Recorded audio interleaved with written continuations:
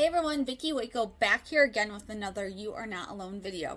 And this week I wanted to touch on the 4 most common ways that people respond to trauma. Now, you've probably in the past heard about fight or flight, right? But there's actually more than just those 2 responses. There's also freeze and there's also please. And these are what I have seen as the most common types of reaction to trauma. Now, as a reminder, when you are in a traumatic experience, your brain, the thinking part of your brain up front here, turns off. That part turns off, and the part that controls your reaction is a more emotional part, and it takes over during times of emergency. So what are these 4 types of responses? Well, of course, fight makes the most sense, right? Like if you're in a dangerous situation, you have to think back to like caveman time for these, okay? A bear comes up to you. Your options are maybe to fight the bear, maybe not the bear. Maybe if it was like a wolf or something smaller than you, you could fight it and your body would go into a response to attack. The other thing, of course, is flee. The example of a bear. You probably run away from the bear, even though I'm told that's not how you're supposed to deal with a bear. But that's beside the point. You get my drift on this, right? Now, the last 2 are the most under talked about kind of ones that I've seen around. The first one is freeze, and I've experienced freeze personally a number of times.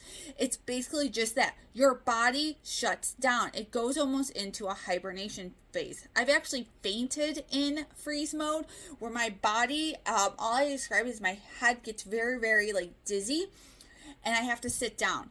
And what it is, it's basically trying to shrink yourself, freeze yourself, trying to make it so that in that situation, no one is looking or paying attention to you. Like at that point, to run, your brain thinks would be draw too much attention to you. So what you think you need to do is become as small as possible and as still as possible so people don't see you.